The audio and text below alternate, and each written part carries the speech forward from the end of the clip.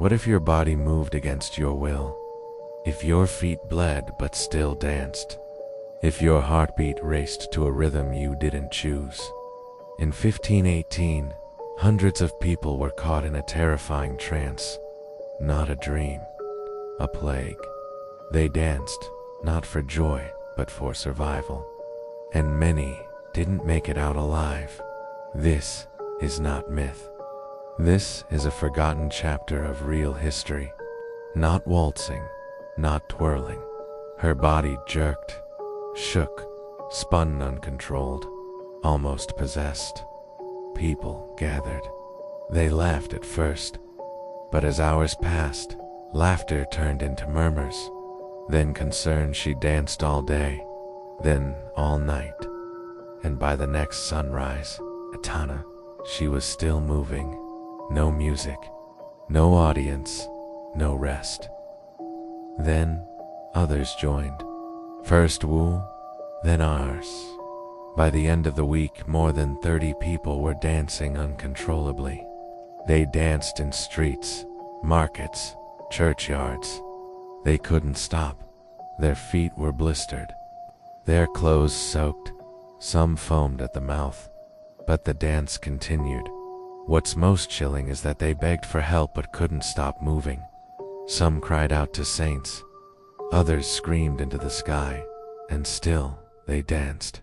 Modern science calls this mass psychogenic illness, but for those watching, it was something darker. A curse, a test, a punishment. The city's leaders panicked.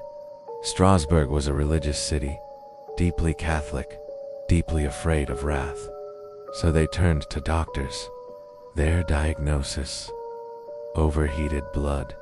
Treatment: teen. Let them dance it out. A town square filled with people, some in agony, some lifeless, while paid musicians play flutes and drums beside them. It wasn't healing, it was a nightmare performance. More joined. Some danced to death. Heart attacks, strokes, total exhaustion. By some accounts, dozens died in a single month. For centuries, people have tried to explain this tragedy. One theory blames argototoxic fungus found in damp rye bread. It contains LSD-like compounds that can cause hallucinations and spasms. But ergot makes you convulse night, dance rhythmically for days. Another theory: it's mass hysteria. In 1518, people lived through famine, plague, and war. Religious fear was constant. The Catholic Church preached hellfire, demons, saints, and divine punishment. People believed in curses, in spirits, in dancing saints. In such a world, trauma could erupt not in words, but in movement. Modern psychologists say this was a case of collective trauma taking physical form away for the unconscious to scream when society was too afraid to. Eventually, Strasbourg reversed course. They shut down the musicians. They banned dancing. Instead, they blamed Saint Vitus'a, patron of epileptics and dancers. The city sent the afflicted to a remote mountain shrine where they walked barefoot, wore Saint Vita's crosses, and prayed. There, some collapsed in exhaustion.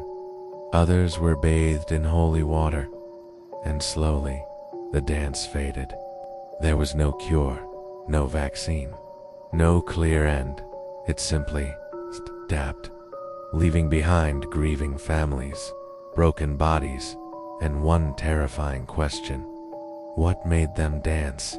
Is it possible that we are still dancing today? Not with feet, but with stress, panic, burnout. Not in the square, but on screens, timelines, scrolls that never end.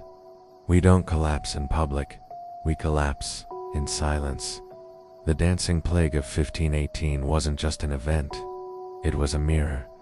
It showed us that under pressure, the human mind finds a way to cry out, even if it must do so in the strangest, most haunting ways.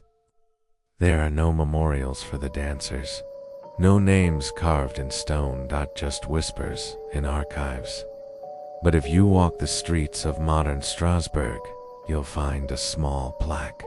It says, "Here they danced and never stopped." Not a warning, a reminder that fear, like fire, leaves no ashes, only stories.